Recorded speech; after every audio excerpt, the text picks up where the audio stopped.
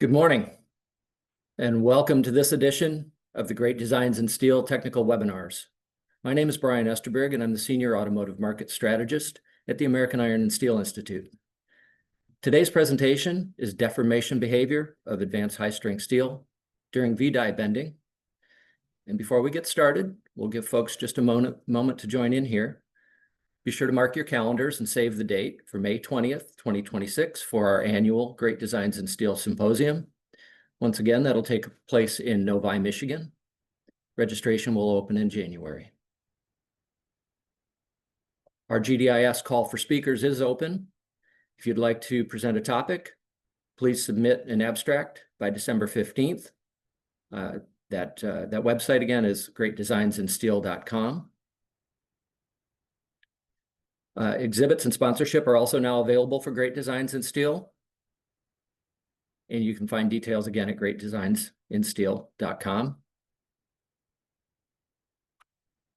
Also, our next GDIS technical webinar registration is open for December 9th, leveraging artificial intelligence for optimized vehicle structural design with advanced high-strength steels, presented by Dr. Shengdong Li.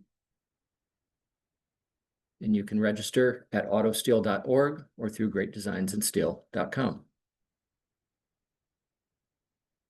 It's now my pleasure to welcome Nizia Mendes Fonseca. She's a PhD candidate in materials engineering at McMaster University. Her presentation is titled Deformation Behavior of Advanced High-Strength Steels during V-die bending.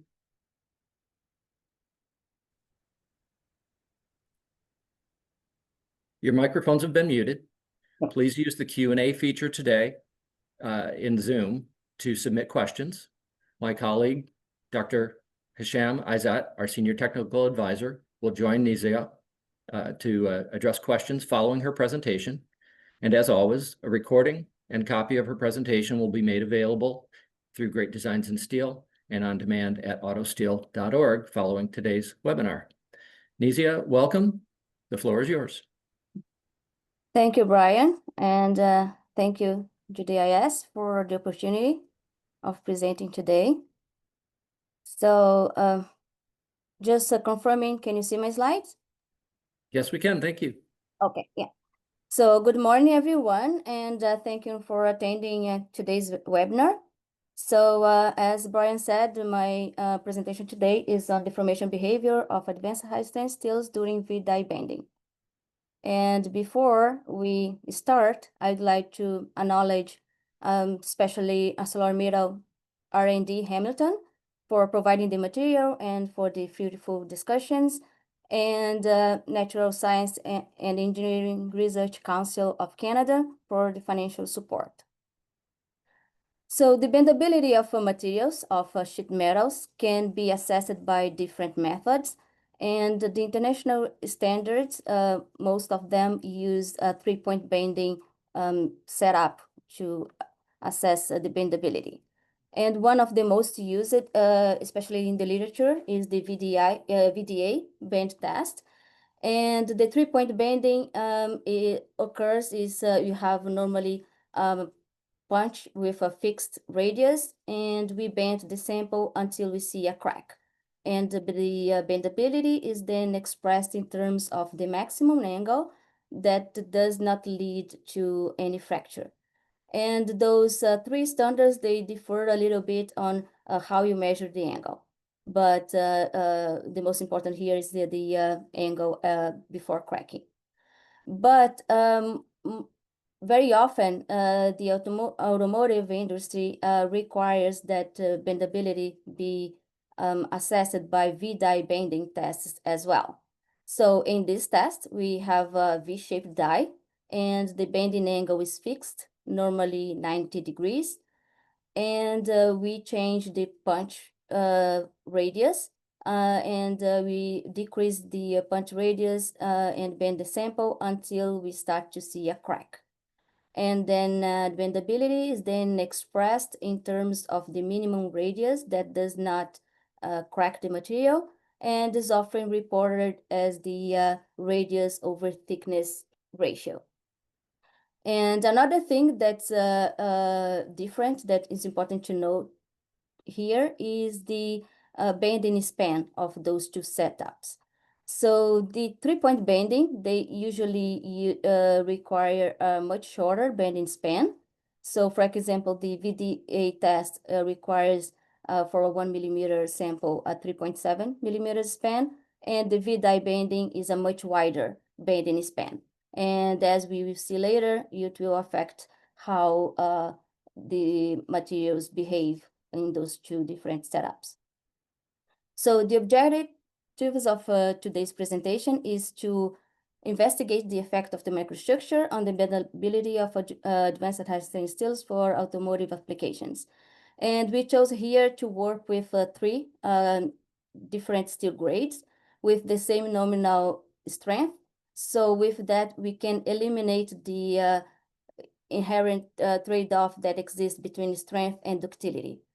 And so you chose a DP, a dual phase, a quench partition, QP, and a complex phase, a CP.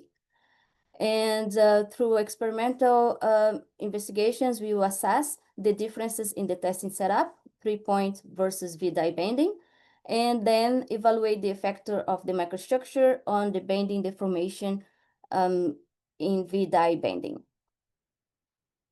So the materials, they were received as cold rolled 1.6 millimeter thick sheets, and the microstructure of the dual phase steel is ferrite matrix and martensite islands. So the ferrite is very soft and the martensite is very hard. The QP steel has a ferritic matrix and also martensite. And in addition to that, it has a small amount of retained austenite. And the retained austenite transforms into martensite under deformation, which gives the trip effect for this material. And the complex phase steel, the microstructure is, we have ferrite, we have martensite, we still have retained austenite, the same amount as the QP steel, but we also have some bainite in the microstructure. And the bainite is similar to a ferrite, but has some carbide precipitates in it that increases its hardness. So the hardness of bainite is in between ferrite and martensite hardness. So now moving into the tensile properties of the steel, from the stress strain curve, we can see that the CP steel has a very high yield strength compared to the QP and the DP steel, the black curve. And also the total elongation and uniform elongation of the CP and the DP steels are very similar. However, if you look at the true stress, true strain curve, we can observe that the CP steel has a much higher true strain at fracture, which indicates that this material can withstand post-uniform deformation without cracking. And the QP steel, the yield strength is similar to the DP steel, but we can see that the total and uniform elongation is much higher in comparison of the other two. And as a result of this high total elongation, the QP steel has a better true strain at fracture than the DP steel. And later on, we are going to see that one of the tensile properties that most influence the bending deformation is strain hardening. And here we chose to represent strain hardening in two different ways. So on the left, we have the strain hardening rate. That is just the derivative of the true stress, true strain curve. And we see here that starting with the dual phase steel, we see that the DP steel has a very high initial strain hardening rate that decreases rapidly with strain.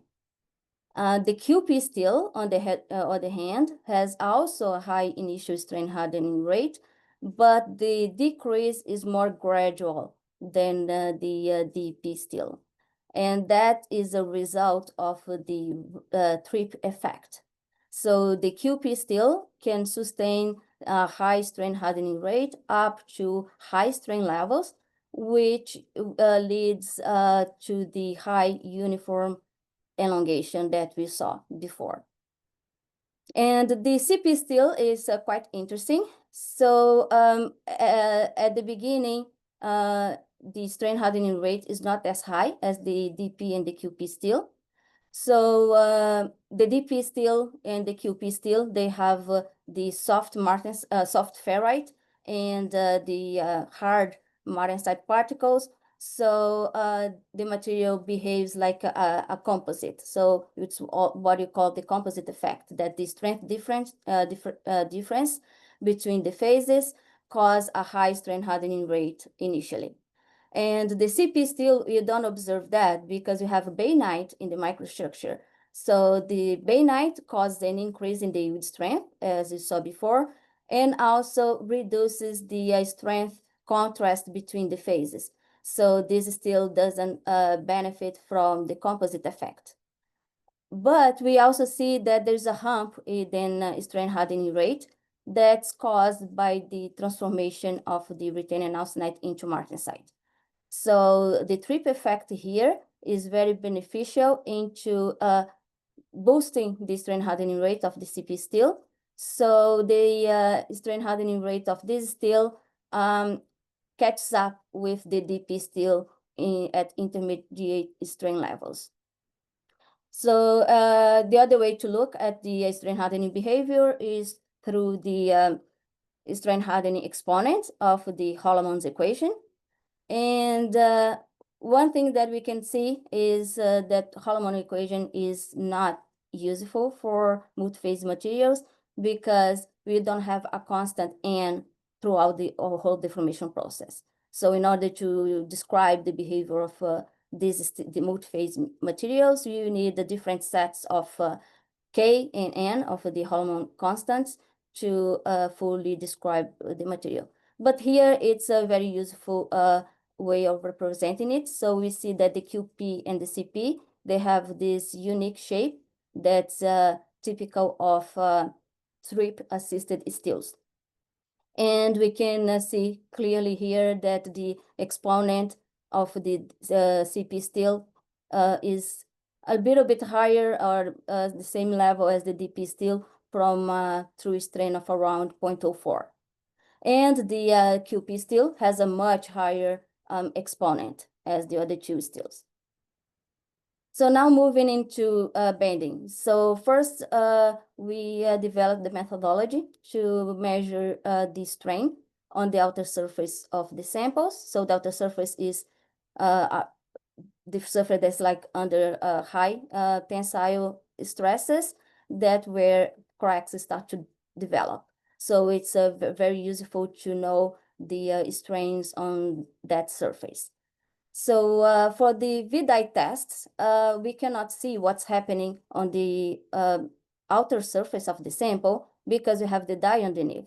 So to measure the strain with DIC, you needed to do interrupted tests. So here we have the load displacement curve of the VDI tests, and we interrupted the test at specific loads. And we took the sample out of the frame and image the DIC speckle pattern, and then put the sample back, bent a little bit more until the next load step, and placed again in front of the camera. So here we make sure that we're placing the sample at the same location, the same way at every step. So you can get a good correlation for DIC measurements. And for the 3-point bend tests, we used a variation of the standard tests. So here we increased the bending span. So we are using a bending span of 16 millimeters. And the 3-point bend test, you have the advantage that you have the gap between those support rollers. So we can see what's happening at the bottom of the sample. And to measure the strains through DIC, we placed a mirror at an angle underneath the sample, and then we pointed the DIC camera towards the mirror, and so we were recording the reflected image of the bottom surface of the sample and getting the strain measurements from it. We can observe that the VDI band test, the load curve has this unique shape, and we can identify here 3 different stages of the test. So the first one is when the load increases slowly with punch displacement that corresponds to air bending stage. So this stage is typically a 3-point bend test. So the sample only makes contact with the fixture on both sides of the die, on the shoulders and the tip of the punch. And this corresponds to around 80 to 85% of the test. And then as the test progresses, the flanges of the sample become tangent to the walls of the die. And then is when we see a rapid increase in the load during the test. So, and this increase in the load is mainly because the moment arm is decreased because of the die, where the sample is in contact with the die and decreases the moment arm. And also we have an increase in the area of contact between sample and die. So we have a contribution of friction. And we call this drawing stage. So because it looks more like a drawing operation. And then the last step is what is the actual coining. So in here, we don't have a gap between the sample and the punch as we have in the drawing stage. And so we have full contact of the sample with the punch and the sample with the die. So the sample is compressed between punch and die. So now let's compare those 2 setups. So here we have an image of the sample at the last step of with the strain map superimposed on it for both conditions. And we can see that strain is highly localized at the bending spine for both tests. And we also measure, did a line scan across the bending spine on those 5 lines here. And you can see that the circumferential strain, like the tensile strain, is in the x direction, is very localized, again, at the bending spine. And the curves of all those lines, they just are superimposed to each other, which means that the strain distribution along the width is uniform, if you are away, of course, from the edges of the sample. And the same happens for the 3-point bending. And we also measure the strain, the width strain, the strain in the y direction, that's close to 0 throughout the test, and which give us a plane strain condition. The same for the 3-point bending. However, you should point it here that the 3-point bending, you used 2D DIC. And for the 2D DIC, the out-of-plane movement is interpreted as strain. So here, when we are doing the test, the flanges of the sample moves upwards. And this upwards movement, it's like become away from the camera, and it's interpreted by the DIC measurements as a negative strain. So that's why you have those negative values. However, the bending spine that is kept fixed at the position is we don't have any interference in the measured values here. So now let's look into how the evolution of the strain looks like on those 2 setups. So the green and blue lines represent the VDI bending. So what you can see is that the strain increases slowly at a steady pace during the air bending stage. And then when we start with the drawing, it increases very rapidly. And the shape of the curve does not depend on the bending radius. The only difference is the strain levels. So tight radius would give high strain levels. The 3-point bend test, on the other hand, is very different. So at first, we can see that the strain levels are much higher in comparison with the VDI bending. in the air bending stage. And also another difference is the shape of the curves varies with the punch radius. So for small radius, 1, the strain increases almost in a straight line with the punch displacement. But as we increase the radius, we see a change in the shape of the curve. So we see that the increase rate decelerates as the test progresses. And for example, when you bend with a punch of 3 millimeters, the strain becomes almost constant towards the end. We reach a plateau, which means that the sample wraps around the punch, and it doesn't matter how much down you go further, there is no effective increase in strain. And just pointing out, as the bending span is different for these two setups, we normalize the displacement by half of the span length. So here we can compare those two tests in the same scale. And here is just the strain at the last deformation step to have a better view of what's happening. And what you can see is that the 3-point bending is always much higher than the V-die bending, but this difference decreases as we increase the punch radius. So as we just saw, the strain evolution in 3-point bending is much more severe than V-die bending in the air bending stage of the test. And that's because of the shorter span length of the 3-point bending. So to make sure that the only most of the effect is the span length, we did the finite element simulations to compare how would the strain behave if we increase the span length of the 3-point bend test until we reach the span of the V-bend.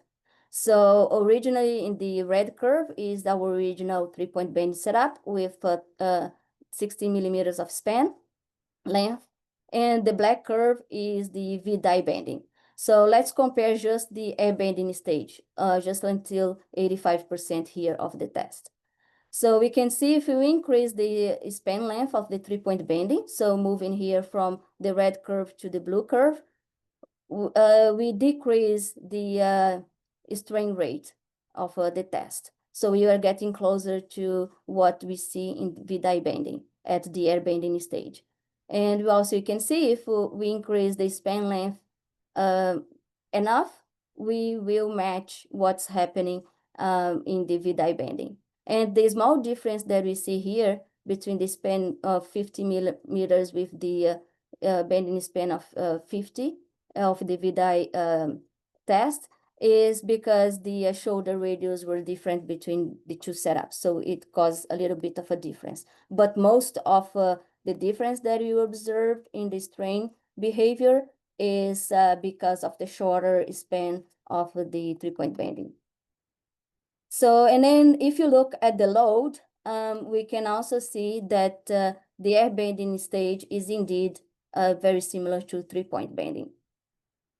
And here, to compare those two, we just normalize the load by the width of the sample, because they have different widths, and also half of the span length to account for the moment arm differences as well.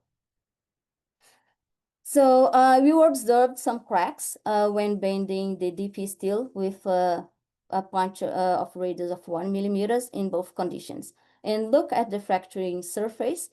We can see that in both conditions, fracture is ductile, and the dimples are more elongated, like they have like a tear-shaped dimples. That's very typical of fractures happening by shear. However, the dimples are much shallower for the V-die bending, and that's because fracture happened at the last stages of the test. So it was when we have the contact between the sample, the die, and the punch. So the compressive forces flatten out the the dimples. So, which indicates that the fracture occurs by, they both occur by shear, but in the VDI bending, they have another component. So the fracture surface is also different. So now let's move on to the effect of the microstructure. So for here, we are going just to evaluate VDI bending. And as I showed before, here you just have the image of the sample with the strain map superimposing on it. And one way to compare those stills is to look at how the strain concentration is differs in between them. And the circumferential strain has this bell-shaped curve along the X. So this has a bell-shaped profile. And one way to quantify the strain distribution or the strain concentration is through the width of this curve. So if you have a very severe strain concentration at the bending spine, this bell-shaped curve will be very narrow. And as a consequence, the width will be small. And we chose here to calculate the full width at half maximum. That's the measurement of the spread of the curve. So in the graph here, we plotted the FWA the full width at half maximum, at the last deformation step as a function of the punch radius for the 3 stills. And we see that decreasing the radius, so going from 3 to 1, we observe a decrease in the width of the curve, indicating that strain concentration increases. And also we see that strain concentration is more severe for the DP still, have lower width values, and least concentrated for the QP still. And the strain concentration is lower for the QP still because of its great strain hardening rate, as we saw before. So if you have a high strain hardening rate, when the material is being bent, the strain is spread over large areas surrounding the bending spine. And therefore, the strain concentration is lower, and it will indeed delay the onset of fracture. So what I showed you is only for the last deformation step. So let's look at the strain evolution with punch stroke for the 3 stills. So here I chose only one punch radius of 1 and 3 millimeters. And as it happens for the DP still, the main difference between those 2 punches is just the strain levels. The shape of the curve is pretty much the same. So we have a slow increase and then a rapid increase as the drawing stage starts. And the second thing that we can see is that the QP still shows much lower strain levels in comparison with the other 2 stills. And that's again a result of its high strain hardening rate. And the behavior of the CP still is indeed very interesting. So at first, at the beginning of the test, the CP still shows higher strain levels than the DP.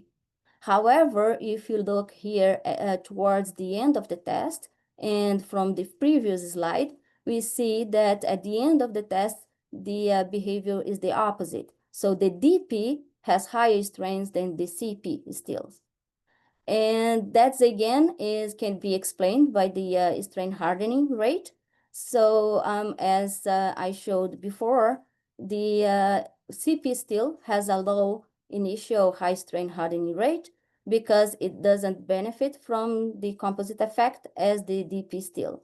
However, the bump in the strain hardening rate by the trip effect makes this, gives a very hard improvement in the strain hardening rate. So throughout the test, and for example, if through strain, as you saw, 0.04, the strain hardening of the CP still catches up with the strain hardening of a DP.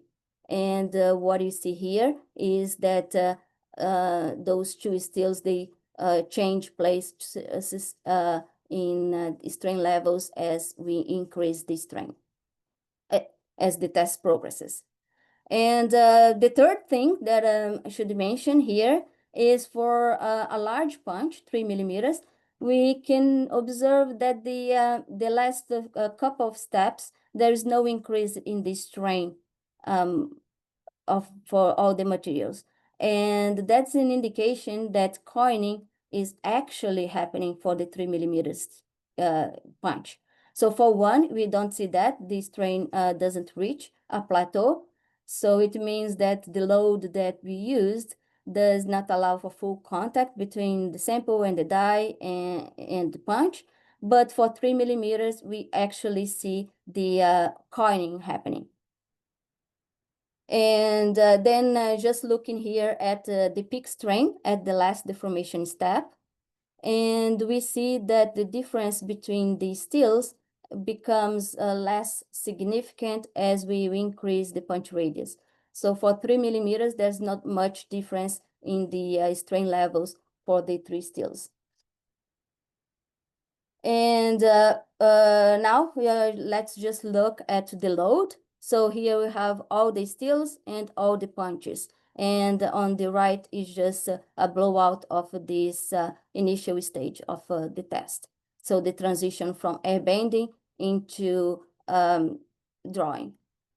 So the CP steel, the blue line, has higher loads at the beginning. That's caused by the high yield strength of the material. And the QP steel shows consistently lower load levels. And that's again, this still shows lower strain levels. So the stress response will also be lower at the end. And one thing that's quite interesting is the onset of the drawing stage starts earlier for the QP steel. And that's because the strain is more homogeneously distributed along the across the bending spine, sorry.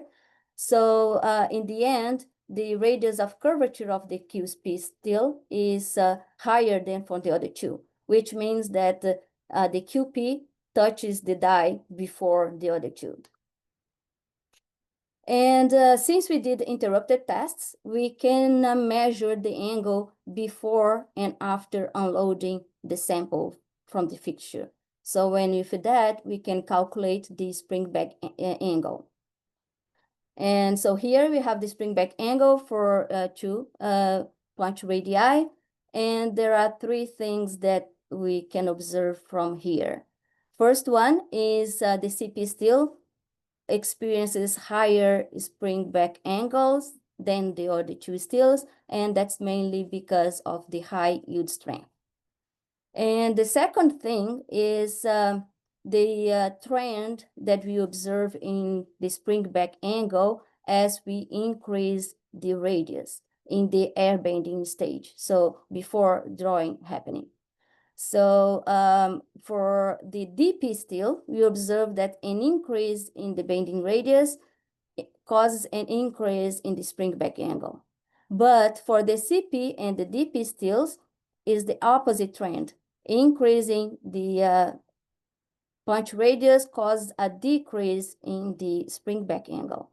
And that's caused by the trip effect of those 2 steels. So we know that the retained austenite to martensite transformation is accompanied by volume expansion. So the volume of the unit cell of martensite is larger than a retained austenite. So when you have transformation, the volume increases.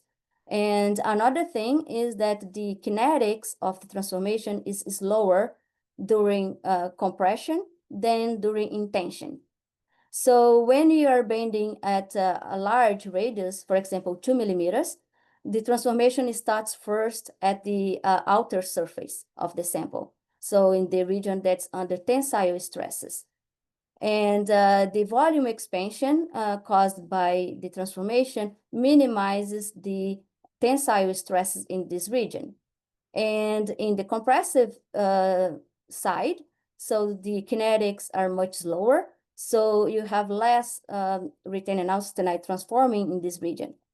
And therefore, the net balance is benefit springs back. So we are compensating for the tensile stresses on the outer surface.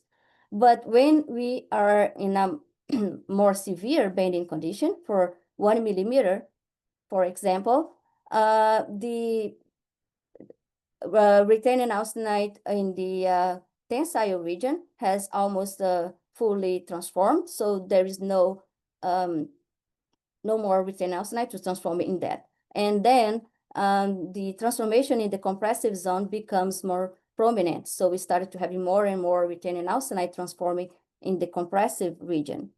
And the volume expansion caused by the transformation tends to just exacerbate even more the compressive stresses in the inner surface. Therefore, the spring back for tight bending is increased. And the third thing that we can see is that the DP and QP still shows negative values of spring back that can refer to as spring go or spring forward. So spring forward phenomenon has been observed for like several materials, and it basically depends on the bending conditions. So through finite element simulations in the literature, it was found that the size and the shape of the reversed bending region will determine if you have spring back or spring forward. So this reversed bending region occurs when we started having the contact between the punch and the die. So at first, when you are bending, the bending angle is much higher. So, and then the legs of the sample touch the sides of the punch. And then the punch then tries to open up the sample again. So it causes the reverse bending here that happens in the region adjacent to the bending allowance zone. And it's called reversed because you are opening up instead of closing. And also in the inner surface, in the bending zone, you are under compressive stress, and the outer surface, tensile stress. But at the reversed bending region is the opposite. The inner surface under compression stresses, and the outer surface is under tensile stresses.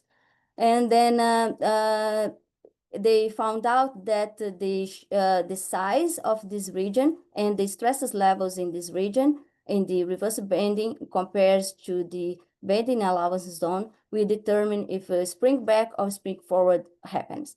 So if the bending allowance zone is more important, more significant in terms of stresses and sizes, then we have spring back. But on the other hand, if the reverse bending region is more relevant than the bending allowance zone, then you have spring forward.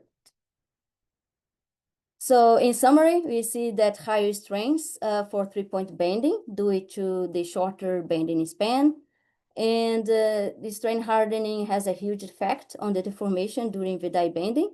So the strain concentration is more severe for the DP, CP, and QP. So here we are measuring at the end of the test.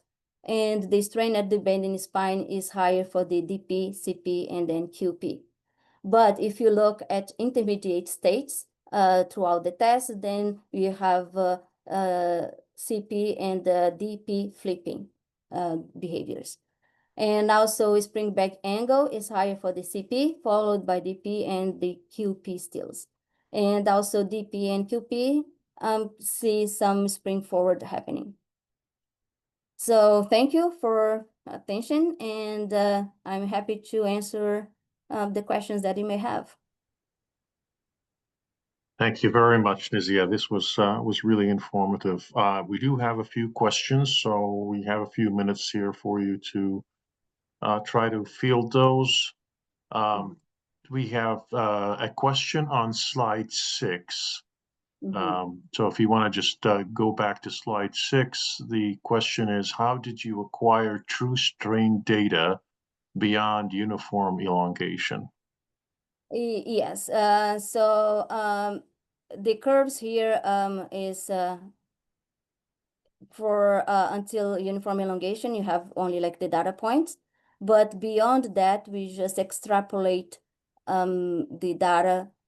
You measure the true strain at fracture, true stress, true strain at fracture by measuring the surface area of the fracture surfaces, and then we just extrapolate between uniform elongation to fracture by a straight line following the strain hardening of the curve at the just before the uniform elongation. Okay. So the data basically on slide 7 is acquired from uniaxial tension, right? Uniaxial Yes. tensile tests? Okay. Yes, uniaxial tension, and is plotted only until uniform elongation. One question is, in the interrupted VDI test that you had mentioned along the way, there would be strain hardening at each step, and loading and unloading may have some effect. Was this accounted for? No, it's not. That's true. It's loading, unloading. We have an effect. Especially for the trip-aided stills, although the amount of retained austenite is very low, only around 6%.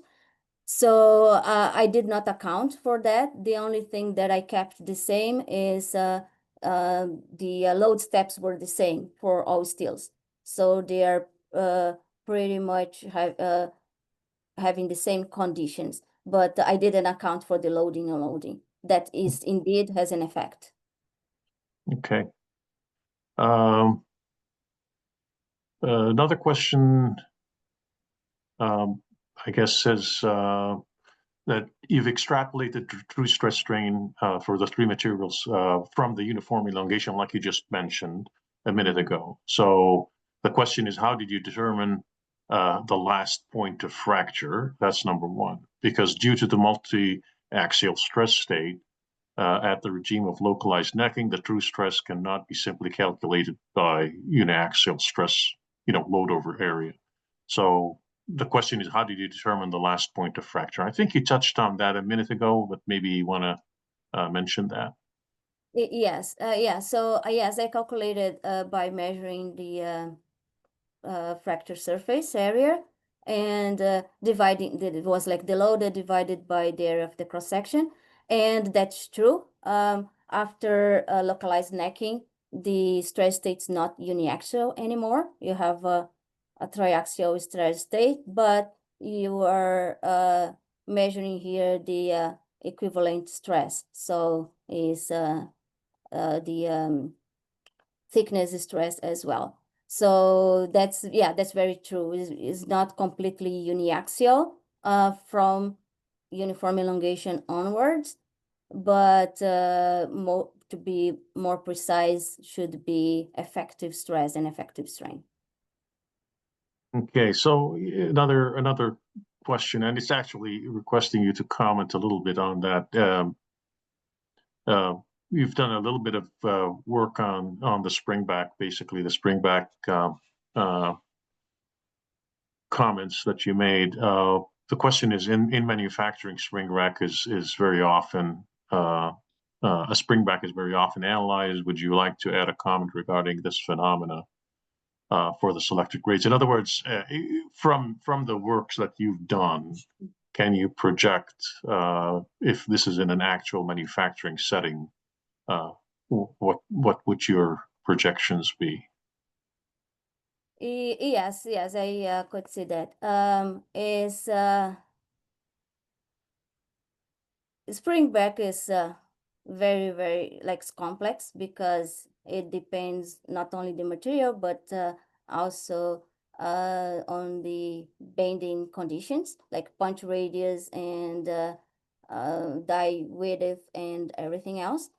So what I would, a projection that I would say is that the CP still will have like a higher spring back levels than the DP and the QP, mainly because of the higher yield strength.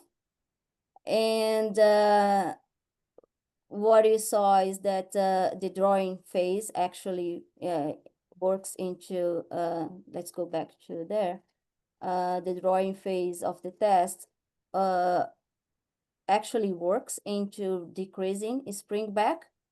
And one negative effect is that we see some negative spring back for the QP and the DP steels, but is very, very low. So for the QP steel, we have only like 5 degrees, around 5 degrees of spring forward. And the DP is even lower. So I believe that this behavior would can be carried towards like industrial operations. And but one thing that we must pay more attention is on those trip assisted steels, where the transformation of retained and austenite will indeed change how the material behaves, especially if you're just using the air bending. If you go, if your operation is, you have some drawing and coining that tends to reduce spring back, then the behavior is more towards what we see in the literature, especially like after coining at the end of the test. But if it's just like air bending, then we'll start to having to consider the transformation effect as well. Are the 3 materials all bare, or are they coated, and are they coated to the same specs? No, they were coated. So the dual phase steel was galvanized, and the CP and QP were galvanized. But to remove the effect of the coating on the paint adherence, or even like mistaking the cracking of the coating by cracking of the substrate, before the test, we stripped off the coating chemically. So we just used an acid solution to remove the coating of those those steels, so we don't have the effect of the coating on painting, or even like mistakenly cracking on the coating as cracking of the substrate. Okay. One last question from a participant here. Do we understand that you're saying that the fracture strains are increasing / decreasing, or just the peak strain that was measured after 1 millimeter of punch displacement? It was just the peak strain that is from those materials. We just observed cracks in the DP steel. And so the DP steel, we observed cracks in V-die bending with 1 millimeter. And if I can just go back here. And we observed cracks in 1 millimeter and 2 millimeters, 1 millimeter, sorry, in V-die bending. And for 3-point bending, we observed cracks in 1 millimeter and 2 millimeters. So what I showed here is the peak strain. But I observed that the critical strength to fracture in bending was similar in 1 millimeter or 2 millimeters in 3-point bending. It has like the same value. Okay. There was one more question, not quite sure if this is really relevant to what you've done, because you've been looking at DPs, QPs, and CPs. But the question is, how is the V bending when compared to fully ferritic microstructure steels and austenitic steels? So I'm not quite sure if you've gotten that far. No, yeah, I haven't looked that far, but what I could expect is for the fully ferritic steels, you have a behavior similar to the DP steel. So is that in the air bending stage, if we increase the punch radius, we see an increase in spring back angle. The levels will be different because the strain hardening and the yield strength are different. But we have like the trend would be the same. And for austenitic steels, what I would expect is for the trend to be similar to the QP and the CP steels. That is, we see when we increase the bending radius, the spring back in the air bending stage also decreases. Okay. Yeah. Very good. Very good. Okay. I think that's all we have. So with that, Nizia, I'd like to thank you very much for a very informative webinar, and turn it back to Brian. Yeah, thank you.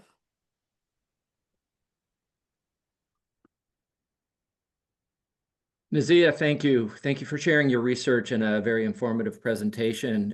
And thanks to everyone for joining us this morning. And Hisham, to you as well. Thank you for facilitating the conversation. I appreciate you both taking time to join us this morning. If your question didn't get addressed, please feel free to contact Nizia or Hisham directly. Their contact information is here. And just as a reminder, a recording and copy of this presentation will be available via our websites, both autosteel.org and greatdesignsinsteel.com in the days ahead. And just as a reminder, if you've not registered yet, our next GDIS technical webinar will take place December 9th. It's Leveraging Artificial Intelligence for Optimized Vehicle Structural Design with Advanced High-Strength Steels, presented by Dr. Shengdong Li.